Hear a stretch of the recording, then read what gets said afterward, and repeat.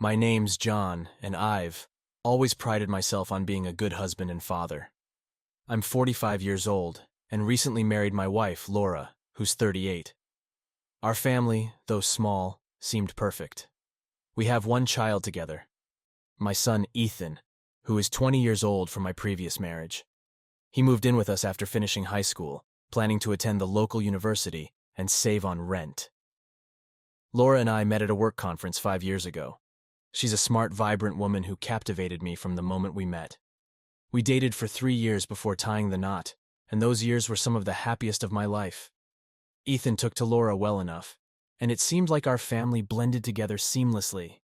Laura works as a project manager at a tech firm, and I'm an engineer. Our jobs keep us busy, but we always made time for each other. Ethan, on the other hand, is a typical college student, juggling classes, part-time work, and a social life. He's always been a good kid, though, respectful, hardworking, and most importantly, someone I trust implicitly. Life had a rhythm that felt comforting, almost perfect. We had our ups and downs, but what family doesn't? We had plans, dreams of traveling the world once Ethan was settled and we could take some time off work. I thought I had everything figured out. Little did I know, the foundation of our seemingly perfect family was about to be shaken to its core. It all started with small, seemingly insignificant changes. Laura began working late more often, citing increased workloads and tight deadlines. I didn't think much of it at first. We both had demanding jobs, and overtime wasn't unusual. But then, there were the phone calls. Laura would step outside or into another room to take calls she claimed were work-related, her voice hushed and secretive. One evening, I noticed Laura was especially engrossed in her phone. We were watching a movie, but she barely looked up from her screen. I asked her about it, and she brushed it off with a casual, just some work emails. Something felt off, but I let it go. Then came the nights when she would return home late, her explanation always the same: a big project that needed her attention. I wanted to believe her. Trust is the bedrock of any marriage, right? But the doubt was there, gnawing at me. One Saturday, Ethan mentioned that Laura had picked him up from campus a few times recently, something she never used to do. I found it odd because Laura and I had a clear routine. Ethan had his car, and he rarely needed us for rides. I shrugged it off as a nice gesture on Laura's part, but it still lingered in the back of my mind. Another time, Laura came home wearing a perfume I didn't recognize. It was subtle, but it was there, a scent she never wore around me. When I asked her about it, she smiled and said it was a new fragrance she bought on a whim. I tried to push aside the uneasy feeling growing inside me. Things escalated when Laura started making more frequent trips to the gym. She'd always been active, but now she was going nearly every day, sometimes twice a day. I noticed her gym bag was packed and repacked meticulously, almost as if she was hiding something. One evening, as she was getting ready to leave for the gym, I casually asked if I could join her. Laura's reaction was unexpected. She looked startled, hesitated for a moment, and then said, "Oh, it's just my time to unwind. I prefer going alone." Her response was reasonable, but it didn't sit well with me. My suspicion grew, and I started to question everything. Was I just being paranoid? Was I seeing things that weren't there? The tipping point came when I stumbled upon a series of text messages on Laura's phone. She had left it charging in the kitchen, and a message from Ethan popped up. It was innocent enough, asking about dinner plans, but it made me curious. I scrolled through their conversation and found nothing unusual, but as I was about to put the phone down, another message came through. This time from an unknown number. "Can't wait to see you tonight." My heart pounded as I stared at the screen. Who was this message from? Why were they so eager to see Laura? I knew I had to tread carefully.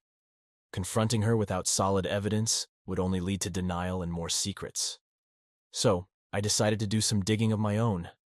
I needed to know what was really going on, even if the truth shattered, but it still lingered in the back of my mind. Another time, Laura came home wearing a perfume I didn't recognize. It was subtle, but it was there, a scent she never wore around me. When I asked her about it, she smiled and said it was a new fragrance she bought on a whim. I tried to push aside the uneasy feeling growing inside me. Things escalated when Laura started making more frequent trips to the gym. She'd always been active, but now she was going nearly every day, sometimes twice a day. I noticed her gym bag was packed and repacked meticulously, almost as if she was hiding something. One evening, as she was getting ready to leave for the gym, I casually asked if I could join her. Laura's reaction was unexpected. She looked startled, hesitated for a moment, and then said, "Oh, it's just my time to unwind. I prefer going alone." Her response was reasonable, but it didn't sit well with me. My suspicion grew, and I started to question everything. Was I just being paranoid? Was I seeing things that weren't there? The tipping point came when I stumbled upon a series of text messages on Laura's phone. She had left it charging in the kitchen, and a message from Ethan popped up. It was innocent enough, asking about dinner plans, but it made me curious. I scrolled through their conversation and found nothing unusual. But I needed more than just text messages. I needed undeniable proof that would leave no room for excuses or denials. I decided to set up a surveillance system in our house. It felt invasive, but I was desperate for the truth. I installed cameras in the living room and kitchen, places where Laura and Ethan often spent time together. I also planted a small GPS tracker in Laura's car to monitor her movements. The next few days were excruciating. I watched Laura and Ethan interact, looking for signs of their affair. They were careful, but there were moments, glances, touches, and whispered conversations that confirmed my worst fears. I felt like a stranger in my own home, watching my life fall apart in real time. Then one evening, it all came crashing down. Laura had gone out for another gym session, and Ethan was in his room. I watched the surveillance feed on my laptop, my heart pounding in my chest. Laura came home an hour later, her hair wet from a shower, a satisfied smile on her face. She went straight to Ethan's room. The door was slightly ajar, and the camera in the living room captured everything. They embraced, kissed, and whispered to each other. It was more than I could bear. I watched in stunned silence as the woman I loved and the son I had raised betrayed me in the most intimate way possible. I saved the footage and sent it to my phone, knowing I needed it as evidence. The next morning, I woke up early and went to the office of a private investigator I had hired a few days prior. I handed him the footage and asked him to gather any additional evidence he could find. A week later, the PI came back with more damning evidence: photos of Laura and Ethan meeting in secret, text message logs, and even video footage of them together at a hotel. It was irrefutable proof of their affair. With everything in hand, I knew it was time to confront them. I couldn't live in this web of lies any longer. That evening, I gathered Laura and Ethan in the living room. They sat across from me, unaware of what was coming. "I know about your affair," I said, my voice steady but filled with pain. Laura's face went pale, and Ethan looked shocked. They tried to deny it, but I pulled out my phone and showed them the footage. Their expressions shifted from shock to guilt to fear. "How long?" I demanded. "How long has this been going on?" Laura started to cry, and Ethan looked down at the floor, unable to meet my eyes. They both tried to explain, to justify their actions, but I wasn't interested in excuses. "You've both betrayed me in the worst possible way," I said, my voice breaking. "I don't know how we come back from this." The room fell silent, the weight of their betrayal hanging heavy in the air. I got up and walked out, leaving them to face the reality of what they had done. My world had been shattered, and now it was time to pick up the pieces and figure out how to move forward. After that devastating evening, I decided to stay at a friend's house for a few days to gather my thoughts.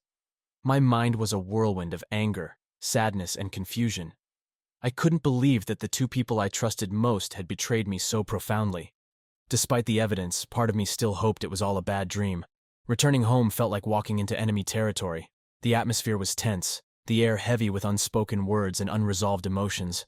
Laura and Ethan tried to approach me several times, but I was not ready to face them. I needed time to process everything, to decide what my next steps would be. One evening, unable to avoid the confrontation any longer, I called a family meeting. Laura and Ethan sat on one side of the dining table while I sat on the other. The distance between us felt like an ocean. "How could you do this to me?" I started, my voice trembling with barely contained rage. "How could you both betray me like this?" Laura looked at me with tear-filled eyes. "John, I'm so sorry. It just happened. We never meant to hurt you." Ethan stared at the table, his face flushed with shame. "Dad, I don't know what to say. I'm so sorry." "Sorry?" I shouted, slamming my fist on the table. "Sorry doesn't even begin to cover it. You both lied to me, deceived me. For how long? How long has this been going on? Laura wiped her tears, her voice shaking. About 6 months. It started when you were working late every night, and Ethan and I spent more time together. We never intended for it to happen, but one thing led to another. I interrupted her, my voice cold and hard. So, this is my fault now? Because I worked late to provide for this family? No, Laura said quickly. That's not what I meant. We both take full responsibility for our actions. It was wrong, and we should have stopped it before it went this far. Ethan finally looked up, his eyes red and swollen. Dad, please. I know what I did was unforgivable, but I never wanted to hurt you. I was confused, and things just spiraled out of control. I looked at him, the boy I had raised, now a man who had betrayed me in the worst possible way. You were confused? That's your excuse? You're an adult, Ethan. You knew what you were doing was wrong, and you did it anyway. The room fell silent again, the weight of our collective pain hanging in the air. I could see the remorse in their eyes, but it did nothing to lessen my anger and hurt. I need time, I said finally. I need time to figure out what comes next. Right now, I can't even look at either of you without feeling sick. Laura reached out, her hand trembling. John, please. We can work through this. We can go to counseling, try to repair the damage we've done. I shook my head, standing up from the table. I don't know if that's possible. Right now I need space. I'm leaving for a while. You both need to think about what you've done and how you're going to make amends. Without another word, I walked out of the house, leaving them to sit with the consequences of their actions. I needed to escape, to clear my head, to decide if there was any way to salvage the shattered remains of our family. I spent the next few weeks in a small cabin I rented out of town. It was a place where I could be alone with my thoughts, away from the constant reminders of betrayal. I spent my days hiking, reading, and trying to come to terms with what had happened. Nights were the hardest, the silence amplifying my pain and anger. I spoke with a therapist, trying to make sense of my emotions. He helped me see that while I had been betrayed, the path to healing lay within me. I needed to decide if I could ever forgive Laura and Ethan, and if not, how I would move forward without them.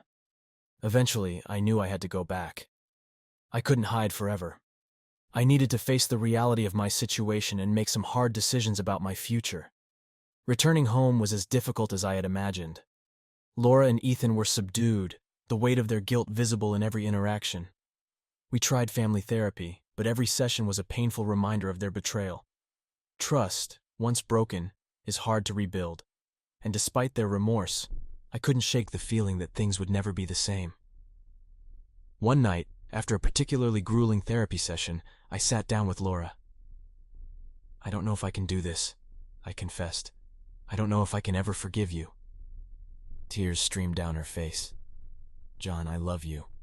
I know I made a terrible mistake, but I'm willing to do whatever it takes to make things right. I looked at her, the woman I had loved and trusted, now a stranger in so many ways. I need time, Laura. I don't know if love is enough anymore. And with that, our conversation ended, leaving us both to ponder the uncertain future of our fractured family. After weeks of contemplation and therapy sessions that seemed to go nowhere, I reached a decision. It was time to take control of my life and move forward. The betrayal by Laura and Ethan had cut too deep, and I couldn't see a future where trust could be rebuilt.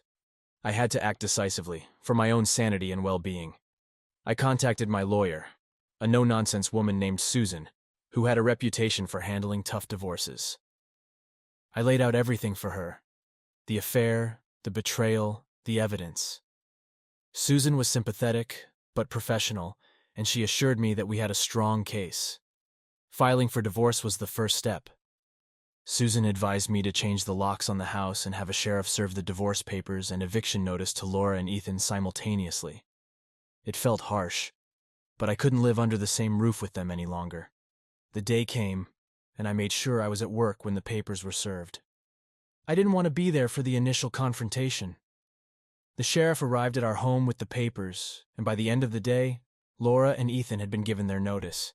They had a week to vacate the premises. I came home that evening, my heart pounding. The house was eerily quiet. Laura and Ethan were in the living room, their faces a mix of shock and anger. "John, what is this?" Laura demanded. holding the divorce papers in her shaking hands. "It's over, Laura," I said firmly. "I can't live with this betrayal any longer. You both need to leave." Ethan looked at me, his eyes pleading. "Dad, please, we can work this out."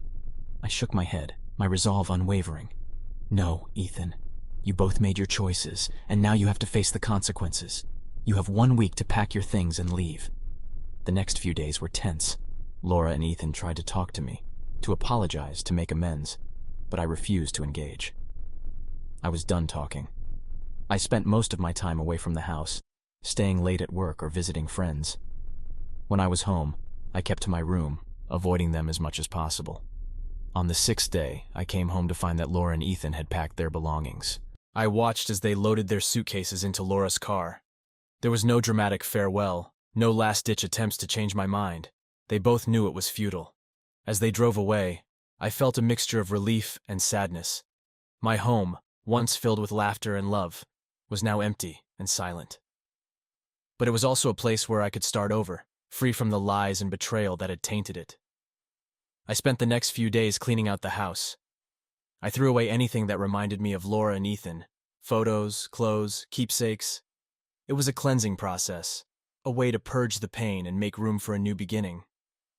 One evening, as I was going through the attic, I found an old box of Ethan's childhood toys and school projects. I sat there for a long time, staring at the remnants of a happier time.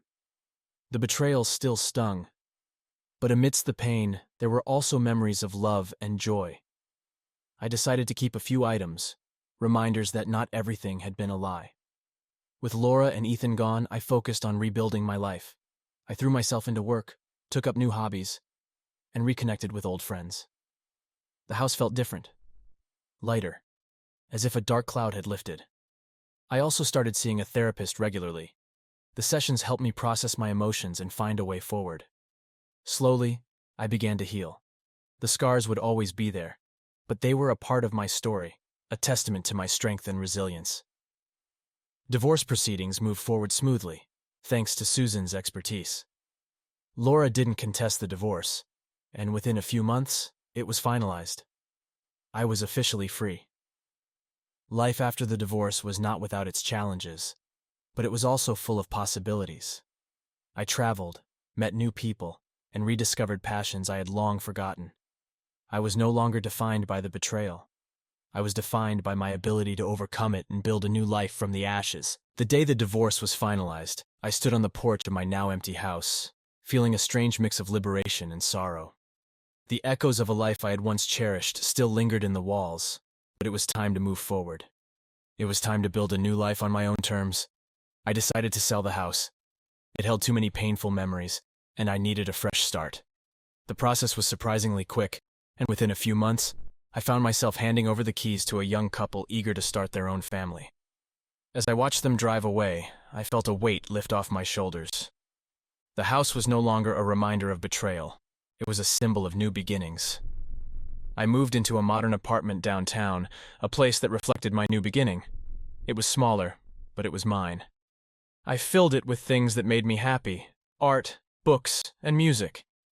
Each piece I chose was a step toward reclaiming my identity and joy. My work became a source of fulfillment rather than a distraction. I took on challenging projects, poured my energy into my career, and even earned a promotion. My colleagues, who had supported me through the worst of times, noticed the change in me. I was more focused, more driven, and for the first time in a long while, genuinely happy. Outside of work, I reconnected with old friends and made new ones. I joined a hiking club, rediscovering my love for the outdoors. The mountains and trails became my sanctuary, a place where I could breathe and find peace. Each hike was a reminder of my resilience and strength. One evening, after a particularly grueling hike, I found myself sitting around a campfire with my hiking group. The conversation turned to relationships and the challenges we all faced. For the first time, I shared my story openly. There were no tears, no anger, just a calm recounting of the past and a sense of gratitude for the lessons learned. As the fire crackled and the stars twinkled above, I realized how far I had come. The betrayal that once shattered me was now a chapter in my story, not the entire narrative. I had faced the darkness and emerged stronger, more self-aware. Not long after, I met Rachel. She was new to the hiking group, a vibrant and kind-hearted woman who shared my love for the outdoors. We bonded over our shared interests, and soon our friendship blossomed into something more. Rachel was different from Laura in every way: honest, supportive, and understanding. She knew about my past and accepted me with all my scars. Our relationship grew steadily, built on trust and mutual respect. Rachel became my partner, someone I could rely on and share my life with. We traveled together, explored new places, and created memories that were ours alone.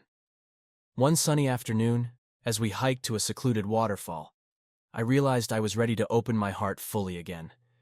Standing by the rushing water, I turned to Rachel and said, "I never thought I could find happiness again after everything. But you've shown me that it's possible. I love you, Rachel." She smiled, her eyes sparkling with tears of joy. "I love you too, John. I'm so glad we found each other." Life with Rachel was a new adventure, a testament to the power of healing and the promise of new beginnings. We moved in together, creating a home filled with laughter, love, and mutual respect. Every day with her was a reminder that the past, while painful, did not define my future. Looking back, I saw the journey I had traveled, from the depths of betrayal to the heights of new love. It wasn't an easy path, but it was mine. I had faced my fears, embraced my pain, and emerged stronger. The scars were still there, but they were a part of my story, a reminder of my resilience. In the end, I found peace not by forgetting the past, but by accepting it and choosing to move forward. My life was once again filled with hope, joy, and love. And as I looked toward the future, I knew that no matter what challenges lay ahead, I had the strength to overcome them. A new beginning, a new chapter, a new life. This was my story now, and it was one I was proud to live.